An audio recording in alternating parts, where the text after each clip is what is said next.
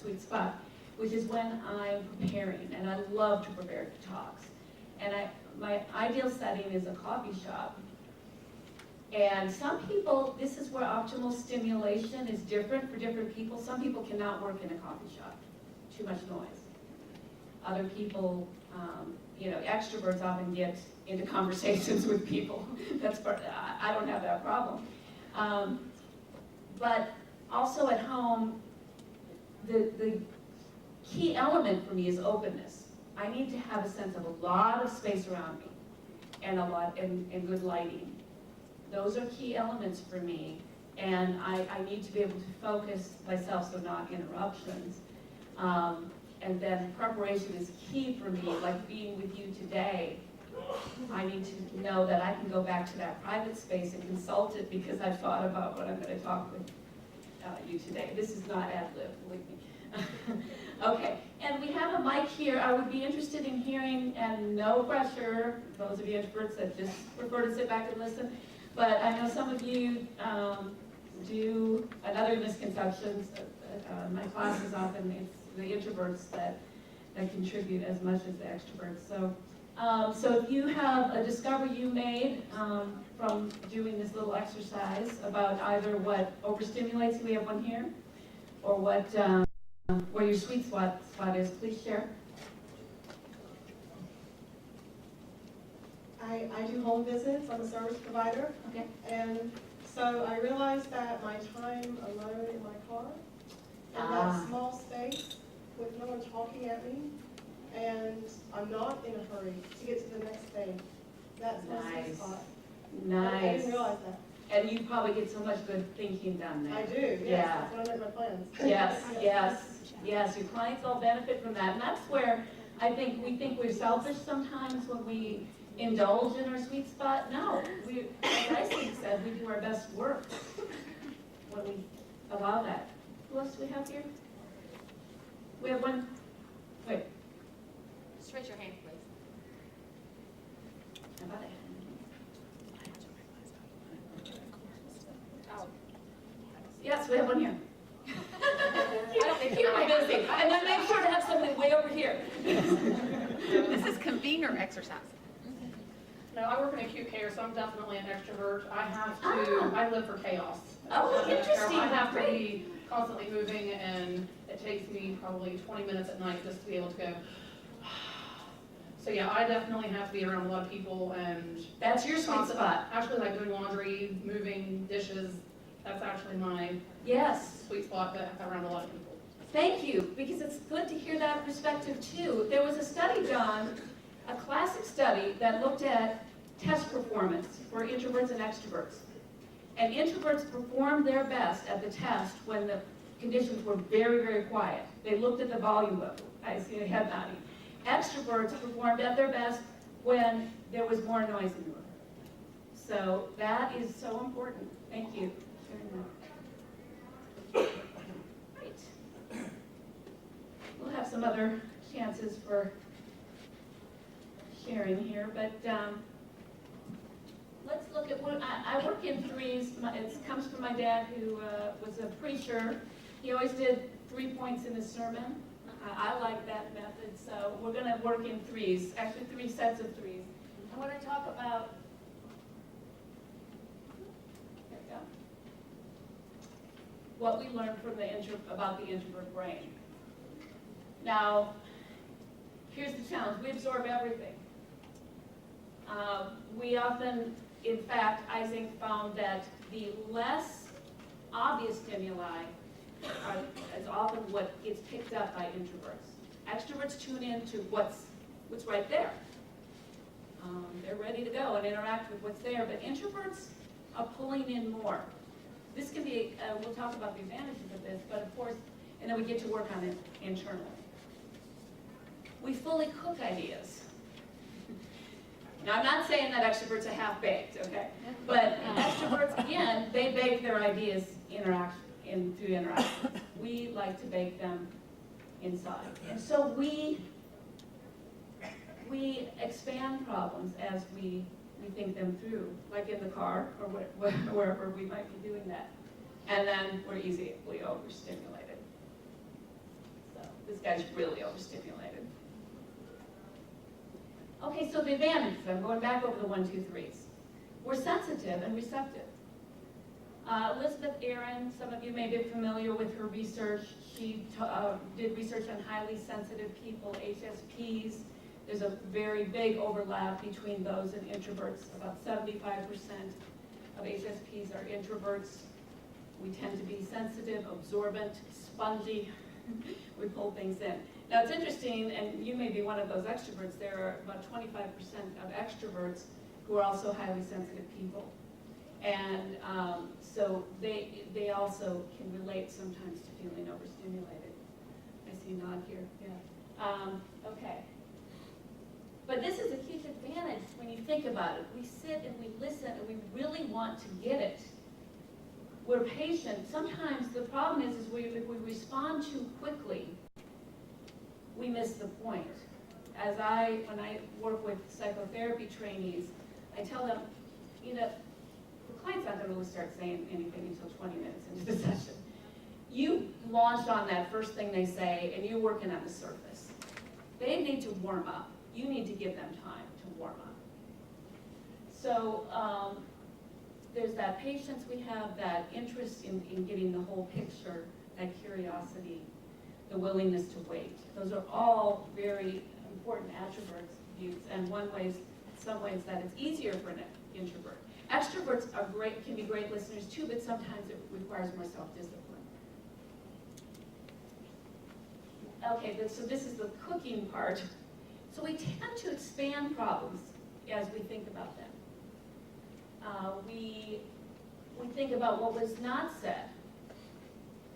We're great at identifying problems. Sometimes what's being presented is not the real problem. You find that? So this is another advantage. We're very analytical. The centers that get lit up in the brain are often the frontal lobe centers, the ones that integrate past, present, and future information and try to get to a coherent story about what's going on. With that in our heads, we're good problem solvers. We've gathered the information, we know what's going on, we're thinking about it, we're looking at all the angles, and then we are the ones in the room, after everybody's been talking and throwing things around, the quiet one speaks. So what about this? Everybody's like, yeah. Yeah. You've had that experience? You know, there's that old commercial when E.F. Hutton talks, people listen. I think of that often in relation to introverts. Okay, so that's the good news, and with 1, 2, and 3, shouldn't we all be getting awards for, you know, being awesome introverts, signed by everyone? Help of the week. You get a lot of those? Probably not. But we can get good feelings of satisfaction and confidence when we really crack something and get to understand it and make a difference. But of course, you're here to find out about when it leads to this and what you can do.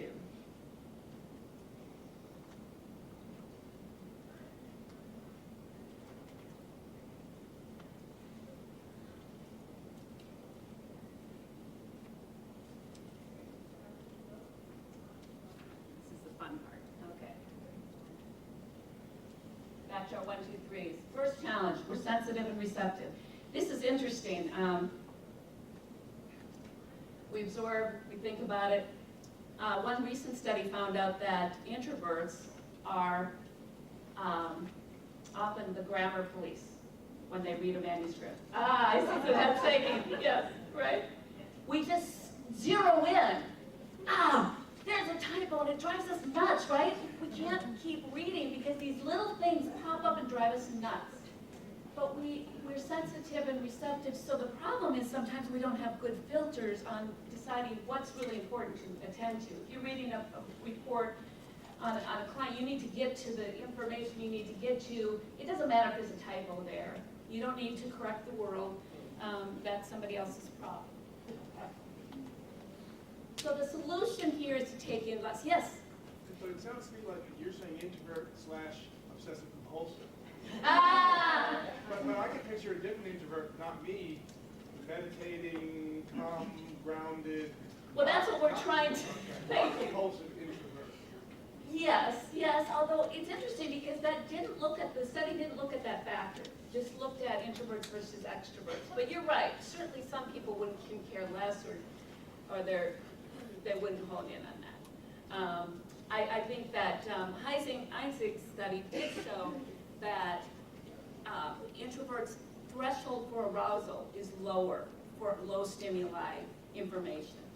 So that's something that at least is a trend among introverts. But yes, there are some of us that take it farther than others. So take in less. Well, that's easy to say. How do we do that? Well, we can limit and slow down the input. So how do we do that? Any thoughts? Attend fewer meetings. But we can make some choices about what we attend, what we do. I have gone to conferences, paid a lot of money, and chosen to sit out on good sessions because I knew I would not get as much out if I tried to attend them all. So you make some choices like that. If you're setting up a meeting, do you want maybe fewer people?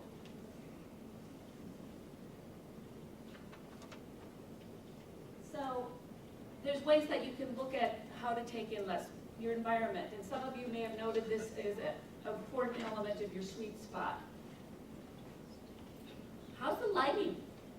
I tell my psychiatry residents, you come in, they have this really harsh, you probably noticed this, harsh fluorescent lighting, and it's oppressive, and it illuminates everything too much, and actually to have, I tell them, bring in some lamps. It'll be nicer for your clients and for you. It's a simple thing. Noise, of course, that's an issue. How many people are there? Your conversations. This one can be a tricky one. I write about this, I have a chapter in my book called The Conversation Conundrum. And by the way, just a little plug, I think the books are available here. And I would be happy, I have a session after this one, but if anybody wants me to sign a book after the next session, I would be happy to do that. So anyway, but conversations. They're tough sometimes, right? Especially with an extrovert. I was wedged between two extroverted sisters whom I love, and they helped balance me. But it took until I wrote Introvert Power for me and my sister to figure out something pretty crucial. And me and my husband and I had to kind of hit on the same thing. When I'm quiet, it doesn't mean keep talking. Right? But why wouldn't they think that? They put everything out there. We are thinking about it. We are working with it. We're busy. So what happens? We're processing, we're in our laboratory processing the information, and they keep going. In fact, my little sister told me, she said, I think when you're silent that you need me to explain it more. Oh, honey, no. And now my husband, we Skype together. He's working in Afghanistan right now, and we Skype, and he will say, he'll ask me a question, and he'll be ready to interrogate me. He's also a lawyer.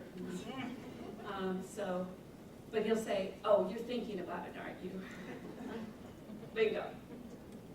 So sometimes we have to narrate our silence and just tell people, hold on, that's important. I'm thinking about it. Or you can do that non-verbally. Unfortunately, we're so good at being polite and nodding and looking like, yes, keep talking, and meanwhile our heads are exploding. So instead, be more accurate with your non-verbals. Like, okay, you're saying this, or just look up. But sometimes you can educate, especially with people you know well. Have that conversation like my sister and I had. She said, it's such a relief because I feel so much responsibility in the conversation, which was really interesting. So I think we can do this with our clients, and sometimes slowing them down helps them as well. Saying, okay, you've just given me a lot of information. Let's take a pause now. I mean, you can even leave the room and say, I'm just going to go get a drink of water and think about this. let's just take a break, let's take 5. You can do that.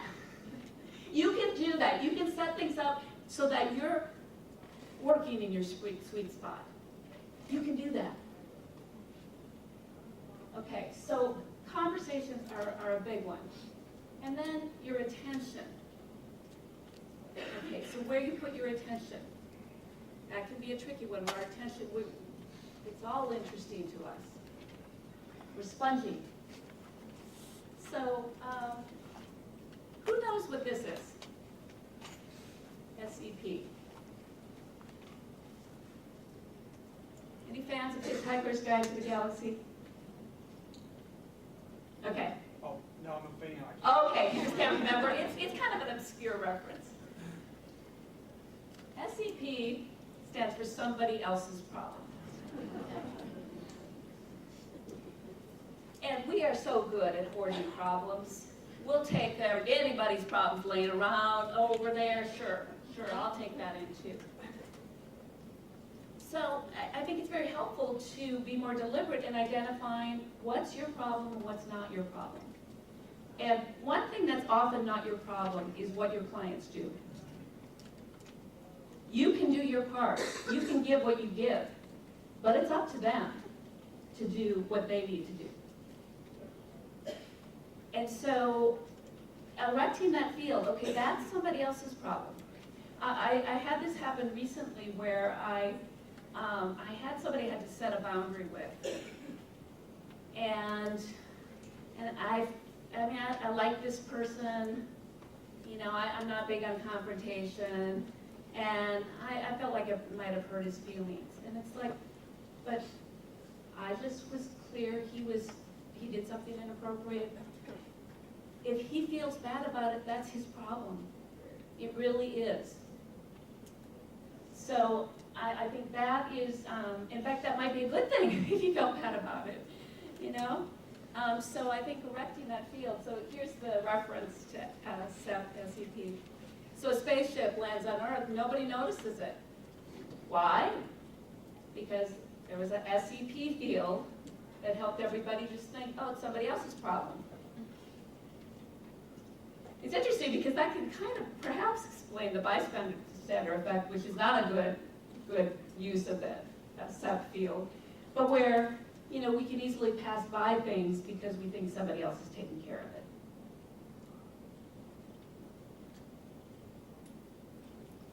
So let's look back at the response to your first question. Look at what you might unnecessarily absorb, how you might limit input in those situations, where you might erect a SEP field. And I give you about 3 minutes on this one.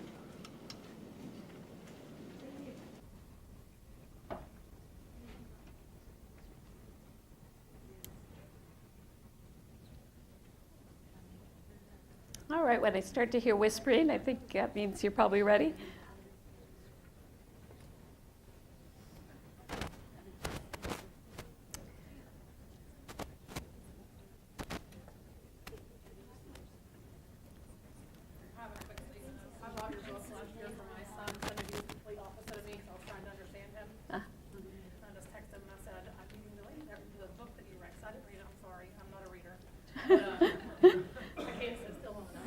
Right. I just texted him, he said, Mom, you are not an extrovert, you are an ambivert. Ambivert, okay. Yes, so ambivert, and the reality is there's a continuum. Thanks for raising that. I talk about introverts as if we're just a distinct category, but the reality is there's a continuum from extreme introversion to extreme extroversion, and most of us are somewhere in the middle. It seems that our coping tends to go one way or the other, or we kind of, that line maybe becomes more clear under conditions of stress.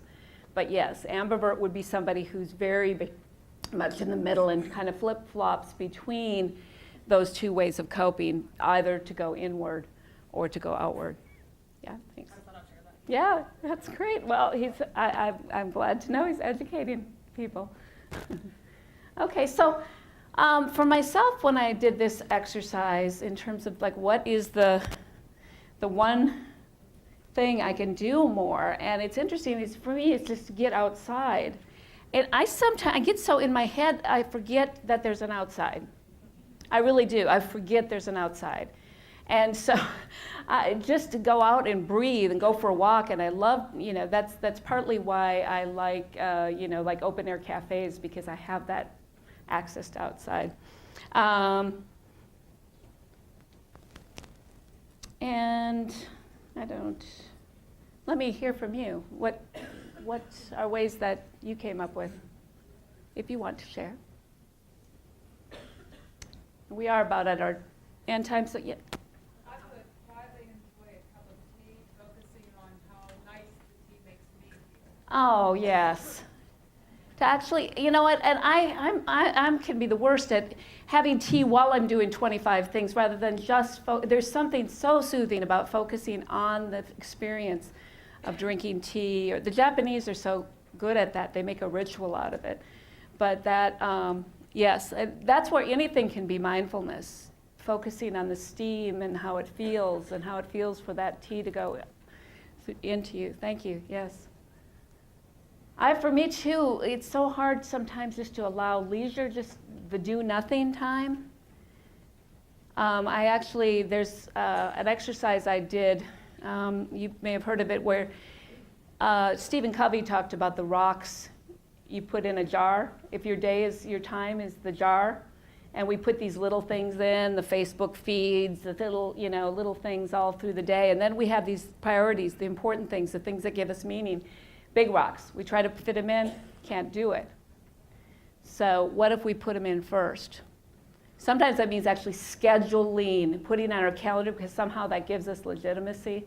But one of my first rocks that I put in was leisure, because it's something I leave to the last, and I'm too tired. So I crash. Other discoveries? We've got a couple here. Scratching the dog's belly for something. Oh, pets. Dog caretaking. I'm not getting my belly scratched. The dog's perfectly in the moment, and you're perfectly in the moment with the dog, and the thoughts. There's no thoughts of it. Oh. It's just like a perfect kind of thing. Yes, they're so in the present. Yes, thank you. When I lived out in the country, I did it a lot, because I work in a really high stress environment. I'm teaching my grandkids now how to hold a sparrow. Oh. So what you do is you got to think like the sparrow. You have to think like that you're a squirrel, but you're forcing your brain. Yes. Think that you're a squirrel. Think that you're a sparrow, and that sparrow will land on your hand, and that squirrel will come to you. Thank you for that, because there's so much about that that's beautiful, and also it's about perspective taking. I think that's what movie therapy does to me. It pulls me out so I can get a vantage point and get perspective. And so if we can actually enter that consciousness of an animal, watching birds is another way, or squirrels, they're hilarious.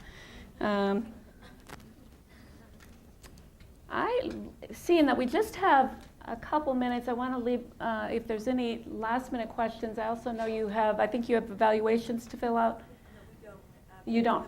They're being evaluated on the overall. Oh, nice. Okay, cool.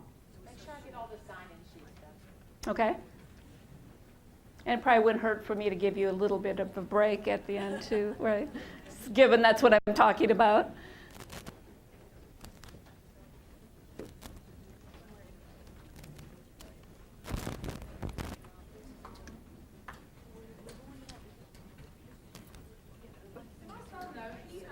He's a reader. He likes to hibernate. Like he can sit and read a whole Harry Potter book in one day. But then it's like he has to sit and talk for a full hour. Ah. Sorry, no, but is there an up and down for him? Do you think is he classified Sure. as an introvert? Sure. I think we can call on introvert or extroverted capabilities at different times of day. There's a lot more to be said, but I can see the restlessness, and I kind of teased you here with saying that I was going to give you extra time, so I'm not going to let you down there.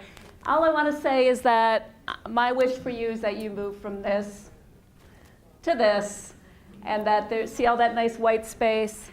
And please email me your thoughts about that, and it's been my pleasure. I wish you peace and lots and lots and lots of space. Thank you.